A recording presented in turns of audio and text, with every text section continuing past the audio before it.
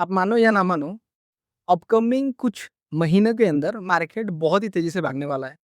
क्योंकि जब भी आप देखे हो कि 6 महीने से 1 साल के अंदर मार्केट एक कंसोलिडेशन में फेज में रहा है, उसके बाद हमेशा 15% का ग्रोथ दिया हुआ है। अगर यहाँ पे मार्केट देखें तो 24,000 23,500 से लेके 24,200 के बीच में मार्केट घूम रहा है। और यहाँ से 15% अगर देखा जाए, जो 30,000 का जो टारगेट है, ऑलरेडी एक्सपर्ट्स दे चुके हैं कि इस टारगेट तक तो मार्केट चला जाएगा आने वाले 1 साल के अंदर-अंदर। अभी प्रॉब्लम ये है कि लोग जब मार्केट तेजी पकड़ता है तो बहुत सारा पैसा लेके आता है। लेकिन पैसा बनता किसका है? जो मार्केट में बैठे हुए हैं और पैसा एंगेज कर रहे हैं। आप म्यूचुअल फंड में इन्वेस्ट कर रहे हो, म्यूचुअल फंड सही है, म्यूचुअल फंड बहुत अच्छा रिटर्न दे सकता है। लेकिन स्टॉक मार्केट का जो पोर्टफोलियो है, जो आपका कोर पोर्टफोलियो है, उस पोर्टफोलियो को ओवरटेक नहीं कर सकता। अगर आपको पता है स्टॉक सिलेक्शंस कैसे किया जाता है, उसके फाइनेंशियल्स कैसे पढ़े जाते हैं और माइक्रो इकोनॉमिक स्टडीज आपको अगर पता है। अगर रैंडम इससे उससे सुन के बड़े-बड़े कंपनियों का शेयर्स पकड़ के बैठे हो, तो वहाँ पे पैसा बनना कम हो जाता है। क्योंकि आपने तो मल्टीबैगर सुना ही नहीं। जो भी है, बड़े कंपनियों का स्टॉक्स आप पकड़ के रखे हो। अगर आप देखोगे निफ्टी 50 का सबसे जो लीस्ट कंपनी है, वो भी 50,000 करोड़ का कंपनी है। तो वो बढ़ के कितना बढ़ेगा? अगर 1 लाख करोड़ का कंपनी भी बनता है, तो आपका पैसा डबल से ज़्यादा उस शेयर में आपका 1.5 गुना बन सकता है। ये प्रॉब्लमैटिक है। लेकिन आप अगर ऐसे कंपनी ढूँढते हो जो 2,000 2,500 करोड़ के कंपनी के आस-पास हो, और कुछ पैरामीटर्स हैं जो कि मैं मल्टी बैगर शेयर्स कैसे ढूँढा जाए, उसके ऊपर मैं बात करूँगा। लेकिन करंट सिचुएशन में हमारे पास ऑप्शंस हैं मार्केट में पार्टिसिपेट करने के लिए। म्यूचुअल फंड है और एक अपना पोर्टफोलियो है जो बढ़ नहीं रहा। म्यूचुअल फंड में पैसा बन जा रहा है क्योंकि आप मंथन-मंथ डालते हो। जैसे ही मार्केट नीचे जाता है, आप पैसा पंप इन करते हो। लेकिन अपने पोर्टफोलियो में जब नेगेटिव जाता है, तो तब आप डिसीजन नहीं ले पाते, क्योंकि शेयर्स 80% 50% ऐसे डिस्काउंटेड हो जाते हैं। तो आपको आज मैं इस वीडियो में बताने वाला हूँ कि कैसे आप इन्वेस्ट करोगे जिससे आपको उतने नेगेटिव रिटर्न्स देखने के लिए नहीं मिलेगा, और यहाँ से आप पॉजिटिव डायरेक्शन में जा सकते हो। इवन इफ आपका एग्जिस्टिंग पोर्टफोलियो भी धीरे-धीरे आप रिस्ट्रक्चर करके पॉजिटिव डायरेक्शन में जा सकते हो।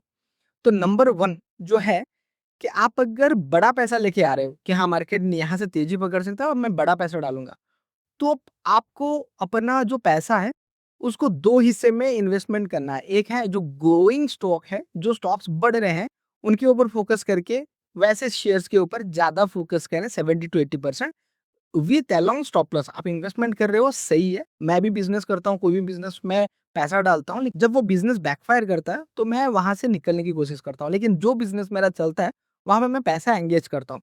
तो ग्रोइंग स्टॉक्स खरीदना अच्छा एक हैबिट है। लेकिन वो जो स्टॉक्स रिटर्न करता है, डिप करता है, तो वहाँ पर लोग पकड़ के बैठ जाते हैं और उसको एवरेजिंग करते हैं। ग्रोथ स्टॉक में एवरेजिंग नहीं होता, ग्रोथ स्टॉक को हमेशा खरीदा जाता है, और जब भी बढ़ता है, उसको होल्ड किया जाता है। जैसे ही वो नेगेटिव जाता है, तो उसको डिसकंटिन्यू किया जाता है, काट दिया जाता है।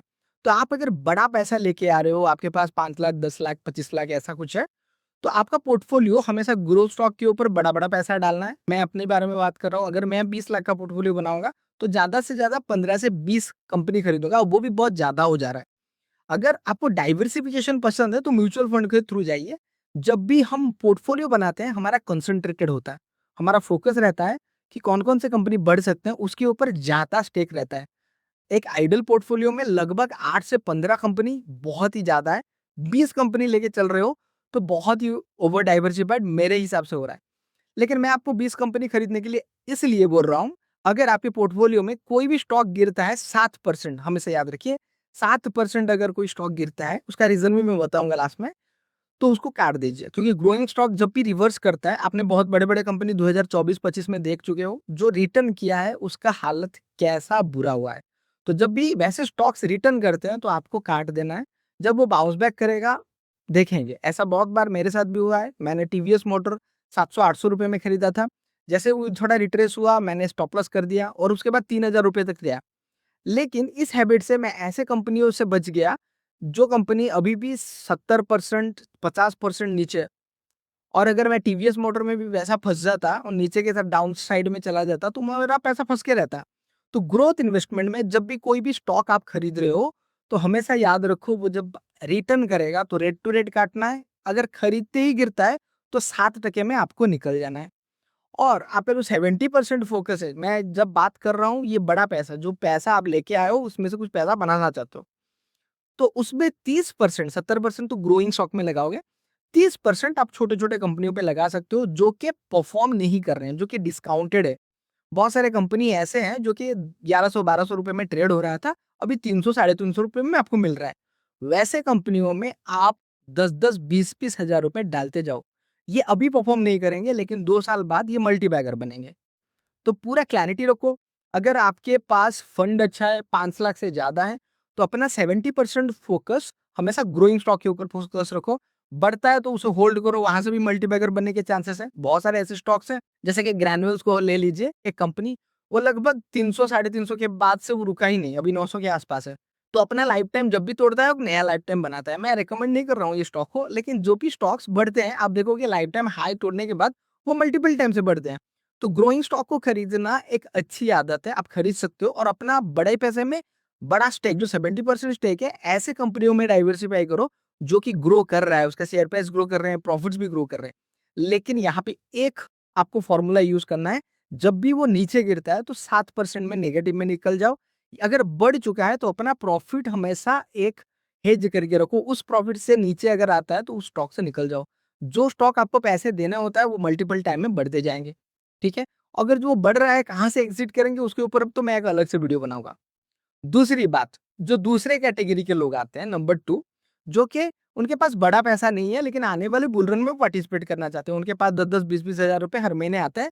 वो म्यूचुअल फंड भी कर रहे हैं लेकिन उनको पता है कि म्यूचुअल फंड से भी ज़्यादा पैसा हमको कहाँ पे बन सकता है? ना स्टॉक्स में। तो उनके लिए मेरा एडवाइस रहेगा, आप कोई भी स्टॉक को खरीदते मत जाओ।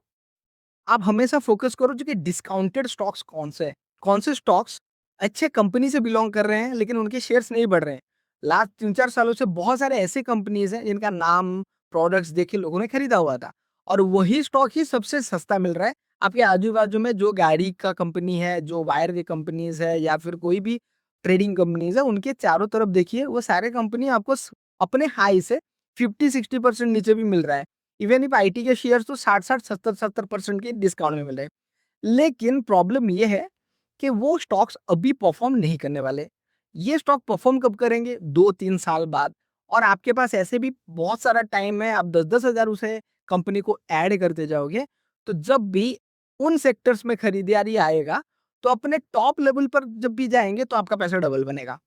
तो मेरे एज से नीचे के जो भी लोग हैं, उनको तो मैं कहूँगा मार्केट में अभी बड़ा पार्टिसिपेट भी करना चाहिए और मंथ ऑन मंथ भी पार्टिसिपेट करना चाहिए। और मंथ ऑन मंथ जो पार्टिसिपेट करते हैं, वो शॉर्ट टर्म के लिए पार्टिसिपेट नहीं करते, वो फ़ोकस करते हैं कि 3-4 साल बाद कौन से स्टॉक्स बढ़ेंगे।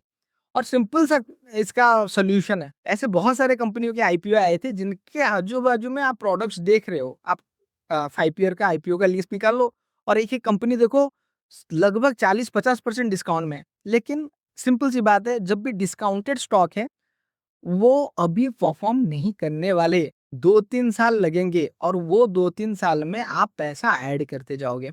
एक शेयर्स को 10-10 हज़ार खरीद के आप 6 महीने खरीदो, ऐसे आप पोर्टफोलियो बनाते जाओ। तो अगर मैं हर महीने 15,000 का शेयर्स खरीदना चाहता हूँ, तो एक शेयर को मैं ₹5,000 में खरीदूँगा, ऐसे 3 शेयर्स खरीदूँगा 6 महीने के लिए। उसके बाद और पोर्टफोलियो में और स्टॉक्स ऐड करूँगा, ऐसे बिज़नेसेस ऐड करते जाओ। जब वो सेक्टर्स चलेंगे, अपने रेट में भी आप अगर वापस आ जाते हैं, तो आपको 100% से 150% मतलब डेढ़ गुना आपका पैसा बन जाएगा। तो कैटेगराइज़ कर लो आप किस कैटेगरी में आते हो। मार्केट रैली कर रहा है, लोन करके पैसा मत लाओ। नहीं है, कुछ-कुछ पैसा डालते जाओ। डिस्काउंटेड स्टॉक्स कौन-कौन से उसके ऊपर फ़ोकस करो, उनके पीएनएल देखो और पीएनएल अगर आपको अच्छा लग रहा है, प्रोडक्ट समझ में आ रहा है, बिज़नेस कहाँ-कहाँ पे कर रहा है, वो समझ में आ रहा है और ज्योग्राफिकल लोकेशंस देखो कहाँ-कहाँ पे वो बिज़नेस कर रहा है। इनके ऊपर मैं ऑलरेडी वीडियोज़ बन रहा हूँ, बिहाइंड द प्राइसेस के ऊपर आपका सीरीज़ जो है, ये आई बटन में आप क्लिक करके देख सकते हो। उसमें मैं बताता हूँ कौन-कौन से शेयर्स मतलब क्या-क्या काम करते हैं। तो आपको कनेक्शन होगा कि नहीं ये कंपनी 50% से ज़्यादा 80% एक्सपोर्ट करता है। तो ग्लोबल इकोनॉमी अगर अच्छा रहा, तो वो कंपनी चलेगा। वैसे ही कुछ कंपनी है पूरा फ़ोकस्ड है 80% इंडिया में, तो डोमेस्टिक बिज़नेस अगर चलेगा तो वो चलेगा। जब तक आपको बिज़नेस का जो सिस्टम है वो समझ में नहीं आएगा, आपको स्टॉक खरीदने के बाद वो कॉन्फिडेंस नहीं आएगा, आप खरीद के बैठ नहीं पाओगे। और जब भी वो प्रॉफिट में दिखेगा आप काट दोगे। तो ये जो 2 सिस्टम मैंने बताया है, इनमें एक चीज़ आपको हमेशा करना है, जब भी कोई स्टॉक भाग रहा है, उसको अगर खरीद रहे हो, वापस आ रहा है तो स्टॉप लॉस लगाओ और जब भी कोई डिस्काउंटेड स्टॉक खरीदे हो, अगर वो रैली दे रहा है तो प्रॉफिट बुक मत करो, वो मल्टी बैगर बन सकता है। इसके बाद वाले वीडियो में मैं आपको बताऊँगा कि मल्टीबैगर स्टॉक्स मैं कैसे चुनता हूँ, उसके लिए मैं क्या-क्या पैरामीटर्स चेक करता हूँ। ये वीडियो को आप फॉलो, लाइक और सब्सक्राइब करें। 100 लाइक्स अगर इस वीडियो में आते हैं तो मल्टीबैगर शेयर्स कैसे मैं चुनता हूँ वो बताऊँगा। आपको बता रहा हूँ मैं टाटा एल्क्सी 600-700 रुपए में खरीद के 8000 में बेचा था, वो 11000 तक गया था। इसके अलावा मैंने डिक्सन भी खरीदा हुआ है, अभी तक होल्ड किया हुआ है और ट्रेंट जैसे ऐसे कंपनियों को मैं कम पैसों में उठाकर वहाँ पे मल्टीपल टाइम में पैसा बनाया हूँ। तो ऐसे स्टॉक्स कैसे चुनता हूँ, इसके नेक्स्ट वीडियो में बताऊँगा। काइंडली लाइक, फॉलो और सब्सक्राइब करें। Thank you very much. Investment on